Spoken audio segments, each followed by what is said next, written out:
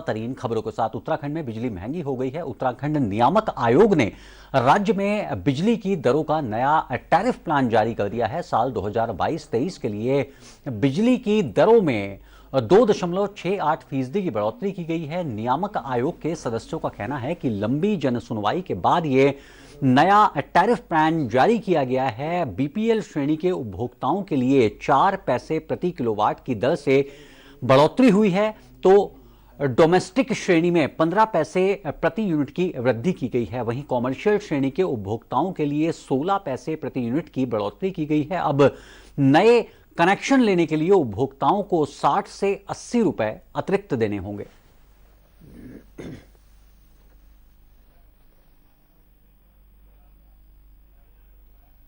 UPCL, यूजीवीएनएल, PTCUL द्वारा 10.18% tariff hike के लिए अपनी पिटीशन दी गई थी, जिसको कि ड्यू डिलिजेंस के बाद आज हम लोगों ने 2.68% टैरिफ हाइक दिया है। इसमें हम लोगों ने 4 लाख जो हमारे रफली बीपीएल कंज्यूमर है 20%, उन पे टैरिफ हाइक सिर्फ 4 पैसे प्रति यूनिट का है, और 11,61,000 कंज्यूमर जो करीबन 45% हैं, उन पे टैरिफ हाइक सिर्फ 10 पैसे प्रति यूनिट का रखा गया है। और इस खबर पर ताजा अपडेट देने के लिए हमारे साथ जुड़ चुके हैं राजधानी देहरादून से हमारे संवाददाता श्रीनिवास पंत। श्रीनिवास, बड़े हैरानी की बात है, उत्तर प्रदेश उत्तराखंड दोनों में चुनाव हुआ, दोनों में भाजपा की सरकार बनी। उत्तर प्रदेश में बिजली की दरों में कमी की गई और उत्तराखंड में दरों को बढ़ाया गया, कारण? बिल्कुल नौनज, आपको बताना चाहूंगा कि गंगा यमुना का मायका है उत्तराखंड, और उत्तराखंड में जल विद्युत परियोजनाओं पर लगातार काम करने का दावा किया जाता है। और प्रदेश को ऊर्जा प्रदेश बनाने के लिए आज से नहीं है, पहली निर्वाचित सरकार 2002 में पंडित नरेंद्र तिवारी उसके मुख्यमंत्री थे, तब से लेकर अब 22 सालों तक उत्तराखंड को ऊर्जा प्रदेश बनाने के लिए तमाम सत्तासीन दल या सरकारें कारगर साबित होने का दावा करती रही है, और सबने कहा है कि ऊर्जा प्रदेश बनाएंगे। लेकिन ऊर्जा प्रदेश का हाल ये देखिए, ऊर्जा प्रदेश को बिजली की दरों को बढ़ाना पड़ रहा है अपने राजस्व घाटे को पाटने के लिए। यानी यूपीसीएल ने जो प्रस्ताव उत्तराखंड नियामक आयोग को दिया था, उसमें 6.62 का प्रस्ताव दिया गया था, और सभी अगर पूरे विभाग की बात करें, जिसमें चाहे रेलवे की बात कर लें या फिर डोमेस्टिक की बात कर लें या फिर कॉमर्शियल की बात कर लीजिए या फिर इंडस्ट्रियल की बात कर लीजिए, तो सारा प्रस्ताव मिलाकर के 10.5% के करीब गया था, 10.18 के करीब गया था, और उसको नियामक आयोग ने खारिज करते हुए 2.68% की बढ़ोतरी को अनुमन्य किया है। यानी 1 अप्रैल 2022 से ये नई दरें लागू हो जाएंगी, जिसमें बीपीएल कैटेगरी के जो लोग हैं उनको पर यूनिट के हिसाब से 4 पैसे की बढ़ोतरी देनी होगी। सुनने में बड़ा आसान लगता है कि 4 पैसे की बढ़ोतरी हुई है, लेकिन ये 1 यूनिट पर है, और अमूमन 100 से लेकर के 200, 300, 400 यूनिट किसी भी व्यक्ति का, किसी भी परिवार का आता है। ऐसे में वो दरें बढ़ती चली जाती हैं। इसके अलावा अगर आप नया कनेक्शन लेंगे तो 60 रुपए से लेकर के 80 रुपए आपको अतिरिक्त चुकाने पड़ेंगे, जो वर्तमान में है। इसके अलावा अगर बात करें कॉमर्शियल की, तो 16 पैसा प्रति यूनिट के हिसाब से बढ़ाया गया है, घरेलू में 15 पैसा प्रति यूनिट के हिसाब से बढ़ाया गया है। यानी कुल मिलाकर के अगर आप देखेंगे तो घरेलू जो उपभोक्ता है उनके ऊपर जो अतिरिक्त कर लगने वाला है वो है 3.32 का। और ऑल ओवर अगर आप उत्तराखंड पावर कॉर्पोरेशन की बात कर लें या उत्तराखंड जल विद्युत निगम की बात कर लीजिए, तो पूरी यूनिट के हिसाब से कैलकुलेशन जो नियामक आयोग ने रखा है वो है 2.68 का। यानी उत्तराखंड में अब बिजली महंगी हो जाएगी। बिजली महंगी होने का मतलब पेट्रोल और डीजल के दाम और रसोई गैस सिलेंडर के दाम बढ़ने से आम लोगों की कमर टूट रही है महंगाई के कारण। और लेकिन जब नियामक आयोग के जरिए विद्युत आपूर्ति या बिजली विभाग के जरिए दरें नए टैरिफ के मुकाबले 2022 में बढ़ाई गई है, तो उसका अंदाजा इस बात से लगा सकते हैं कि महंगाई पर एक और जंप यहां पर मिलेगा। यानी ट्रांसपोर्टेशन के साथ साथ जो रेलवे का माल भाड़ा होगा उसमें बढ़ोतरी मिलेगी, इसके अलावा जो विद्युत उपकरण होंगे उनमें बढ़ोतरी मिलेगी, कारखानों में बनने वाली चीजें और महंगी हो जाएंगी, मैन्युफैक्चरिंग कंपनियां रेट बढ़ाने का काम शुरू कर देगी। तो कुल मिलाकर के विद्युत विभाग के जरिए जो नया टैरिफ प्लान है उस पर 2.68 की बढ़ोतरी करने के साथ ही लोगों को अतिरिक्त बोझ झेलना पड़ेगा चुनाव के बाद।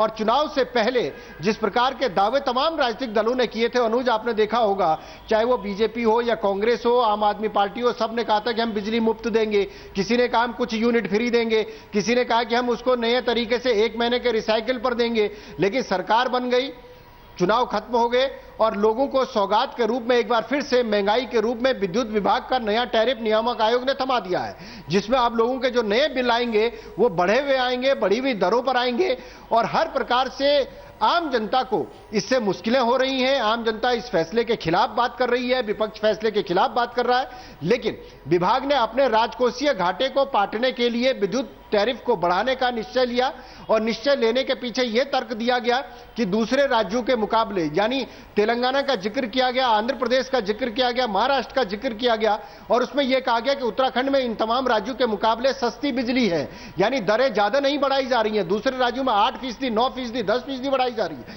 उत्तराखंड ने केवल 2.68% ही बढ़ोतरी की है। जबकि सबसे बड़ी बात है कि अगर लाइन लॉस का घाटा कम किया जाए, विद्युत आपूर्ति सुचारू रूप से बहाल की जाए, पीक आवर्स को ज्यादा बढ़ा दिया जाए, कटआउट को कम किया जाए तो इस घाटे को पाटा जा सकता था।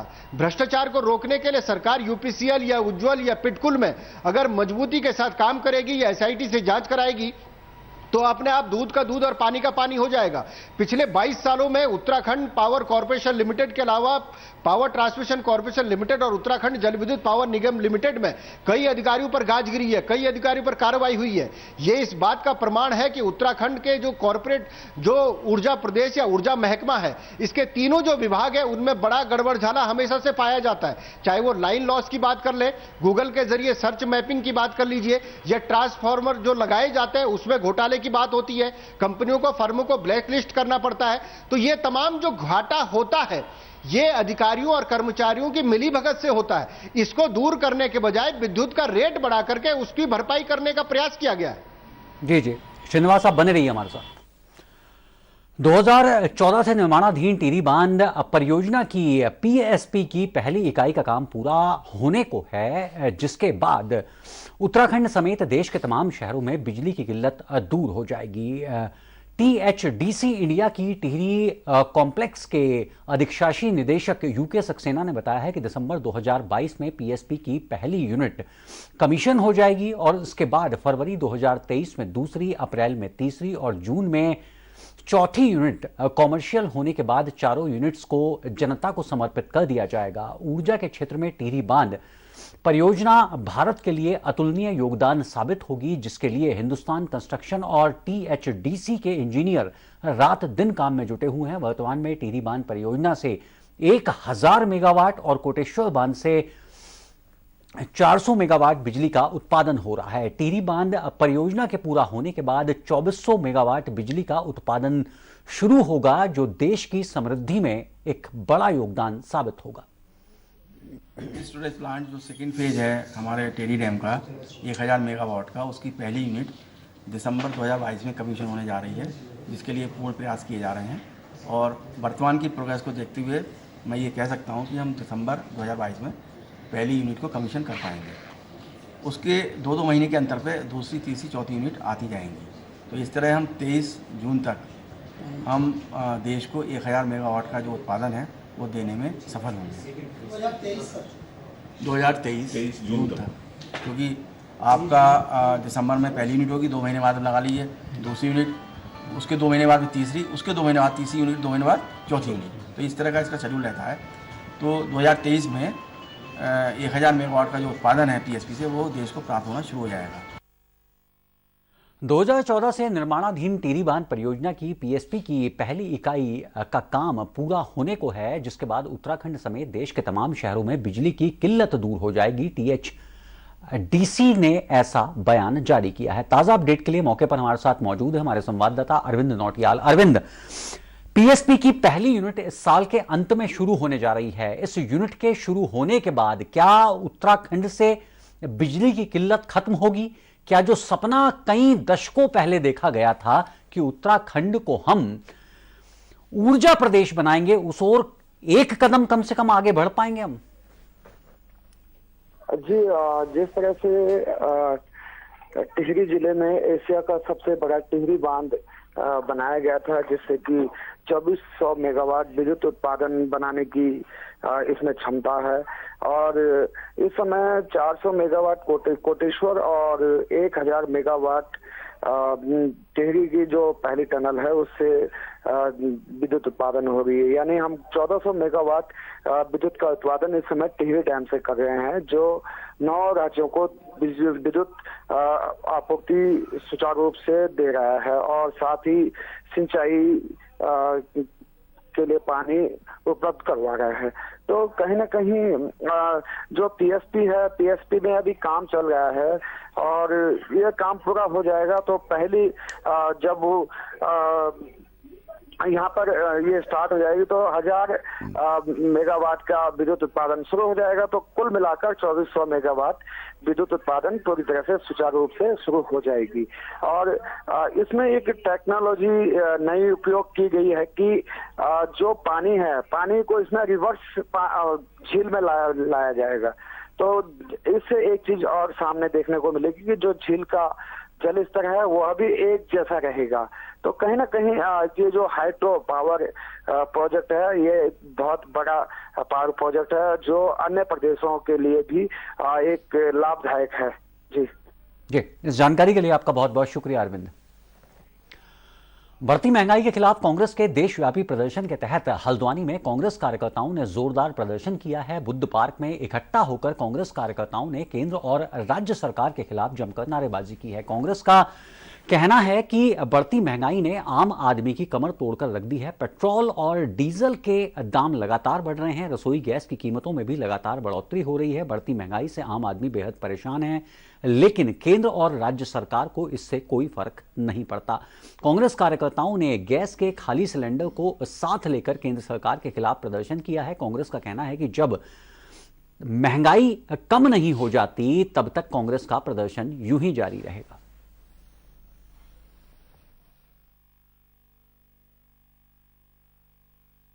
देखिए, डीजल पेट्रोल के दाम, गैस के दाम पूरी तरीके से जिस तरीके से मतलब लगातार इसमें निरंतर वृद्धि हो रही है, उससे एक आम जनमानस का जिसे कहते हैं जीना मतलब बहुत मुहाल हो गया है और एक आम जनता त्राहिमाम कर रही है। और आज कांग्रेस के पूरे राष्ट्रीय व्यापी आंदोलन के तहत आज हम लोगों ने हल्द्वानी महानगर कांग्रेस कमेटी के नेतृत्व में यहाँ पर हम लोग यहाँ पर धरना दे रहे हैं और सरकार से मांग करते हैं कि जो बढ़ी हुई गैस की कीमतें हैं और जो हमारे तेल की कीमतें हैं और जो जितनी भी आपकी खाद्य सामग्रियां हैं उनको तत्काल जनहित में वापस लेना चाहिए और अन्यथा कांग्रेस पार्टी इसी तरीके से सरकार के खिलाफ एक विरोध प्रदर्शन करती रहेगी।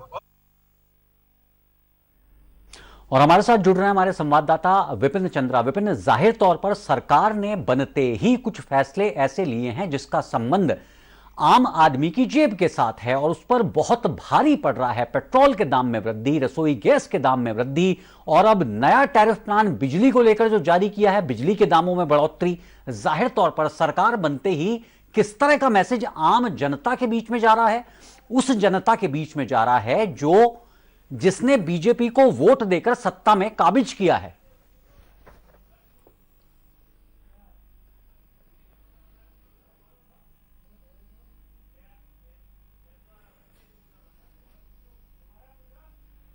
विपिन, क्या आप मुझे सुन पा रहे हैं? हाँ, मैं सुन पा रहा हूं आपको। विपिन, जाहिर तौर पर सरकार बनते ही कुछ ऐसे फैसले सरकार के द्वारा लिए गए हैं जिसका सीधा संबंध आम आदमी की जेब के साथ है। सरकार बनने से पहले आपने किसी चीज के दाम नहीं बढ़ाए और आपने सरकार बनते ही बिजली के दाम भी बढ़ा दिए, रसोई गैस सिलेंडर के दाम भी बढ़ा दिए, आपने पेट्रोल के दाम भी बढ़ा दिए। जाहिर तौर पर वो लोग जिन्होंने बीजेपी को वोट दिया, सत्ता में बैठाया, उनके बीच में किस तरह का मैसेज जा रहा है? बिल्कुल, जिस तरीके से जो है सरकार ने ये वायदे किए थे कि किसी भी तरीके से जो डीजल पेट्रोल के जो दाम है उनको कंट्रोल किया गया था, बल्कि कंट्रोल क्या किया गया था कि 90 रुपए का जो पेट्रोल था वो 90 रुपए तक पहुंच गया था। जो 100 रुपए के पास था वो 90 रुपए तक पहुंच चुका था इलेक्शन से पहले। और जो बिजली के दाम थे उनमें भी जो है पैसा बढ़ाया गया है, जिसको लेकर काफी ज्यादा जो है लोगों के अंदर रोष है। 100 के लगभग यहाँ पर जो पेट्रोल के दाम है वो फिर दोबारा से छूने लगे हैं। इसको लेकर आम जनता के अंदर काफी ज्यादा नाराजगी और अपने आप को छला महसूस कर रहे हैं। वो लगातार ये कहने की कोशिश कर रहे हैं कि सरकार को हमने वोट इसलिए दिया था कि वो उन्होंने महंगाई पर काबू पाया, उन्होंने नियंत्रण करने का प्रयास किया। लेकिन जैसे ही इलेक्शन निपटे और वोटिंग होने के बाद जब रिजल्ट आया है उसके बाद जो है फिर से उन्हीं जो है जो दाम है, बिजली के दाम है, वो जो है 1 तारीख से बढ़ जाएंगे। इसके अलावा जो पेट्रोल के दाम है वो ऑलरेडी बढ़ चुके हैं। इस बात को लेकर काफी ज्यादा जनता में नाराजगी है और उन्होंने हल्द्वानी के बुद्ध पार्क में आकर प्रदर्शन किया है। स्पष्ट तौर पर उनका कहना है कि सरकार ने जो उनसे वायदा किया वो वायदा खिलाफी की है। कांग्रेस पार्टी ने आम जनता का सहयोग करते हुए यहाँ पर धरना दिया है। उनका कहना है कि सरकार को इन फैसलों को जल्द से जल्द मानना चाहिए और इन बढ़ी हुई दरों को कम करना चाहिए, चाहे वो बिजली की दरें हो या फिर पेट्रोलियम पदार्थों की हो। जी, इस जानकारी के लिए आपका शुक्रिया विपिन। यहां वक्त हो चला एक छोटे से ब्रेक का। ब्रेक के उस पार भी खबरों का सिलसिला जारी रहेगा। आप चलते रहिए सहारा समय के साथ।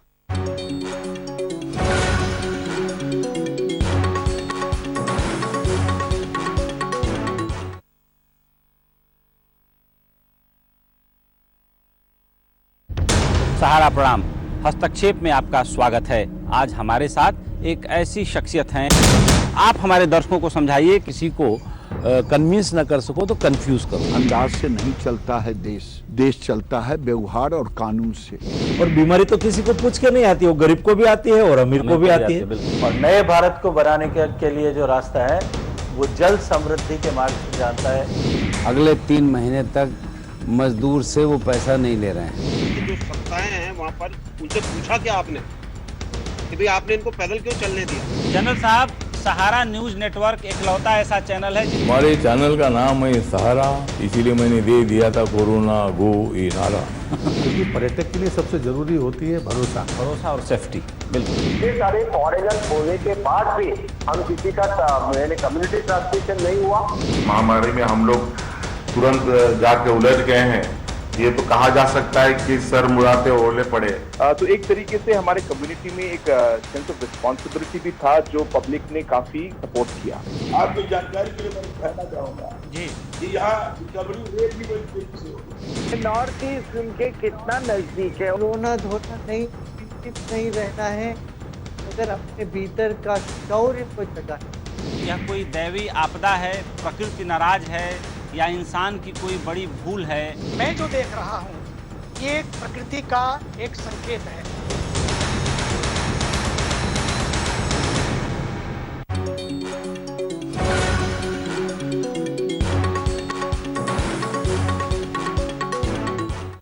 धर्मपुर विधानसभा क्षेत्र के विधायक श्री विनोद चमोली के नेतृत्व में मुख्यमंत्री पुष्कर सिंह धामी का सम्मान समारोह आयोजित किया गया, जिसमें अब बड़ी संख्या में क्षेत्रीय जनप्रतिनिधि जनता में उपस्थित रहे। मुख्यमंत्री धामी ने कहा है कि प्रदेश की जनता ने मिथक तोड़कर एक नया इतिहास बनाया है। प्रधानमंत्री नरेंद्र मोदी के कुशल मार्गदर्शन में विकास की दृष्टि से प्रदेश में आने वाले 5 साल स्वर्णिम वर्ष होंगे। और साथ ही साथ धामी ने कहा है कि देहरादून दिल्ली एक्सप्रेस वे पर तेजी से कार्य चल रहा है और जल्द ही निर्माण कार्य पूरा कर लिया जाएगा, जिससे देहरादून से दिल्ली की दूरी महज 2.5 घंटे रह जाएगी।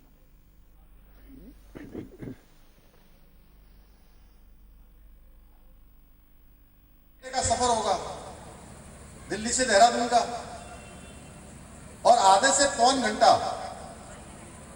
आपको जो आपका हवाई जहाज से आप उतरते हैं नीचे, सामान लेने तक जो बेल्ट में सामान आता है, पौन घंटा भी 1 घंटा पूरा लग जाता है। और उसके बाद आपको 1 घंटा जो है उसमें लग जाएगा जहां दिल्ली में आपने कहीं जाना होगा। तो कितने घंटे हो गए? कितने हो गए विनोद? 4 की 5 और रोड से कितने लगेंगे? 2 घंटे में।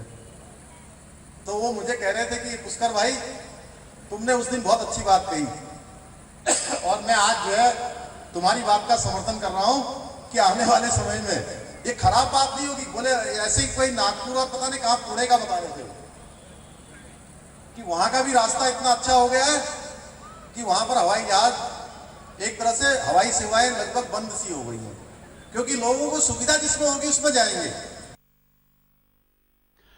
उत्तराखंड के शिक्षा और स्वास्थ्य मंत्री धन सिंह रावत का कहना है कि शिक्षा विभाग में व्यवस्थाओं को दुरुस्त करने के लिए 100 दिन का टारगेट फिक्स रखा गया है, जबकि गरीबों को मुफ्त में इलाज मिल सके इसकी व्यवस्था की जा रही है। सहारा समय की एसोसिएट एडिटर ज्योत्सना ने शिक्षा और स्वास्थ्य मंत्री धन सिंह रावत से खास बातचीत की। पहाड़ में स्वास्थ्य और शिक्षा ये दो सबसे अहम विषय रहे हैं और इन दोनों विभागों की जिम्मेदारी इस सरकार में मिली है डॉक्टर धन सिंह रावत जी को। रावत जी, पहली बार हुआ है कि बेसिक शिक्षा से लेकर हायर एजुकेशन और स्वास्थ्य विभाग दोनों एक ही मंत्री को जिम्मेदारी मिली है। बहुत बड़ी जिम्मेदारी है, किस तरीके से आप देखते हैं? देखिए, मैं माननीय प्रधानमंत्री जी का भी और अपने मुख्यमंत्री जी का भी धन्यवाद देना चाहता हूं कि इस बार सारे विभाग बहुत सोच समझ के दिए गए हैं और जो जनता ने हमको इस बार मैंडेट दिया है कि 47 विधायक भारतीय जनता पार्टी के जीते हैं। मुझे लगता है कि इन आकांक्षाओं, जितनी भी जनता की अपेक्षा हमसे हैं, हम उनको पूरा जरूर करेंगे और एक अच्छी सरकार हम जरूर देंगे। बिल्कुल अच्छी सरकार देंगे, ये वायदा है और शायद इसी उम्मीद के साथ जनता ने आपको प्रचंड बहुमत भी दिया है और राजनीतिक इतिहास को भी बदला है। अगर मैं स्वास्थ्य विभाग की बात करूं, आप पहले भी देख चुके हैं, काफी कुछ आपने उसमें किया है, काफी कुछ किया जाना भी बाकी है। क्या आपकी प्राथमिकताओं में रहेगा? देखिए, 2-3 प्राथमिकताएं हमारी पहले हैं कि हमने उत्तराखंड के प्रत्येक नागरिक को जो सुरक्षा कवच दिया है और स्वास्थ्य का कवच दिया है कि हम 5 लाख रुपए तक के इलाज सबका फ्री कर रहे हैं। उसमें जो कठिनाइयां हैं उनको इस बार हम दूर करेंगे। दूसरा यह है कि हर ब्लॉक में, हर सीएससी में, हर पीएचसी में, हर उपकेंद्र में 100% डॉक्टरों को देने का हमने जो वादा किया वो हम पूरा करेंगे। तीसरा यह है कि जितने हॉस्पिटल हैं हमारे, उनमें हम जो भी मरीज जाएगा उसको फ्री में इलाज मिले, ये भी हमने जनता से वादा किया है और इसकी हमने प्रक्रिया शुरू कर दी है। पिछले 5 सालों में भी शिक्षा में बहुत अभिनव प्रयोग किए और हमारी सरकार ने बहुत अच्छा काम किया, लेकिन जो अधूरे काम हैं, मैं कह सकता हूं कि 100 दिन का टारगेट हमने दिया है। आपको और यहाँ की जनता को जरूर आश्वस्त करना चाहता हूँ कि जो भी शिक्षा को ठीक करने के लिए सुझाव हैं वो भी हमको भी दे सकते हैं और मैं ये कह सकता हूं कि हमारे इन 5 सालों में जो अधूरे काम है उनको जरूर पूरा करेंगे। निश्चित जो है बेसिक शिक्षा में भी, माध्यमिक शिक्षा में भी और संस्कृत शिक्षा में भी परिणाम देखने को जरूर मिलेंगे। सहारा समय से बात करने के लिए बहुत बहुत धन्यवाद। ये थे डॉक्टर धन सिंह रावत। उनका साफ कहना है कि शिक्षा विभाग में, खास तौर पर बेसिक शिक्षा में 100 दिन में फर्क साफ नजर आएंगे और स्वास्थ्य विभाग में वो पिछले अधूरे कामों को बहुत जल्द पूरा करेंगे और जनता की जो आशा है उन्हें भी वो 100% पूरा करेंगे। कैमरामैन दयाल बिष्ट के साथ सहारा समय के लिए देहरादून से ज्योत्सना। उत्तराखंड बीजेपी के वरिष्ठ विधायक दिलीप सिंह रावत ने पिछली सरकार के दौरान कर्मकार बोर्ड में हुई धांधली की सीबीआई जांच कराने की मांग की है। इसके लिए दिलीप सिंह रावत ने मुख्यमंत्री धामी को पत्र लिखा है। दिलीप रावत का कहना है कि श्रम विभाग के तहत आने वाले कर्म कार्ड बोर्ड में बड़े पैमाने पर धांधली हुई थी, ये किसी से छिपा नहीं था। पिछली सरकार में तत्कालीन मंत्री हरक सिंह रावत और बोर्ड के अध्यक्ष के बीच खूब तनातनी रही है। मामला हाईकोर्ट तक चला गया, लेकिन पैसे की बंदरबांट को लेकर कोई एक्शन नहीं हुआ। श्रमिकों के हित को देखते हुए ही उन्होंने पूरे मामले की सीबीआई जांच की मांग की है।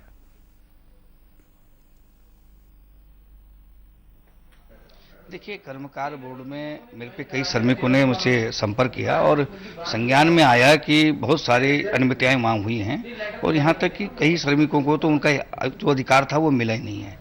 तो मेरे, क्योंकि इससे पहले माननीय न्यायालय में भी कई लोगों ने पीआईएल की है और इससे हमारी सरकार की जो तत्कालीन सरकार थी उसकी बड़ी छिछलेदार हुई। तो मैं समझता हूं कि श्रमिकों के हित में उसमें सीबीआई जांच कराना ज़्यादा अच्छा रहेगा। मैंने पहले भी पत्र लिखा था कि इसमें जांच की जाए, लेकिन इसको सरकार ने उस समय, मैं निश्चित रूप से स्वीकार करता हूं कि गंभीरता से नहीं लिया और इस कारण जो है हमारे पे बड़ी लोगों की उंगलियाँ उठी और मैं अब पुनः मांग करता हूँ कि हमारी वर्तमान सरकार जो निश्चित रूप से सीबीआई की मांग करेगी। प्रधानमंत्री मोदी एक बार फिर से छात्रों के साथ परीक्षा पर चर्चा करेंगे। शुक्रवार को दिल्ली के तालकटोरा स्टेडियम में प्रधानमंत्री मोदी देश के छात्र छात्राओं को संबोधित करेंगे। 2018 से प्रधानमंत्री मोदी ने परीक्षा पर चर्चा कार्यक्रम की शुरुआत की थी, लेकिन कोरोना के चलते 2021 में यह कार्यक्रम ऑनलाइन हुआ था। लेकिन इस बार तालकटोरा स्टेडियम में कार्यक्रम आयोजित होगा। प्रधानमंत्री मोदी बीते साल हुई प्रतियोगिताओं के विजेताओं को भी सम्मानित करेंगे।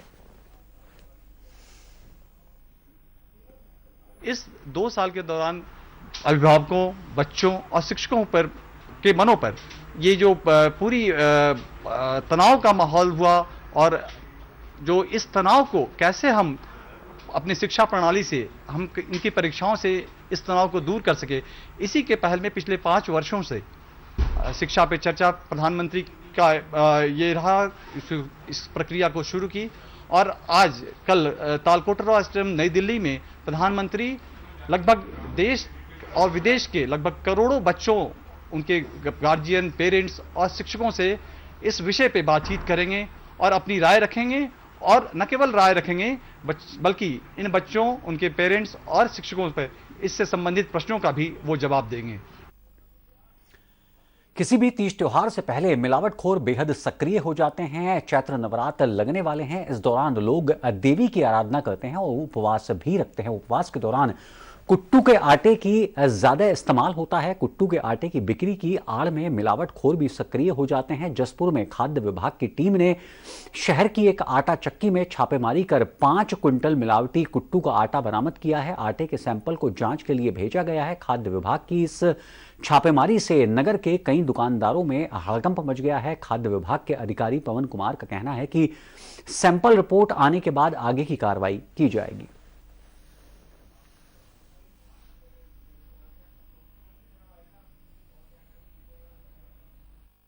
सूचना मिली थी कि इस तरीके से यहाँ का एड्रेस बताया गया था। उसमें बताया गया था कि वहाँ पर नकली कुट्टू का आटा बनाया जा रहा है और इस तरीके से इतने कट्टे वहाँ बनकर तैयार हैं और उस संबंध में कार्रवाई करें। जब मौके पर मैं यहाँ आकर देखा उस समय कुट्टू का आटा बनाया जा रहा था और इनसे जब पूछा गया चक्की मालिक से, जिसका रईस है, उन्होंने बताया कि साहब ये कुट्टू का आटा बनाया जा रहा है और ये जसपुर के किसी लाला का बनाया जा रहा है।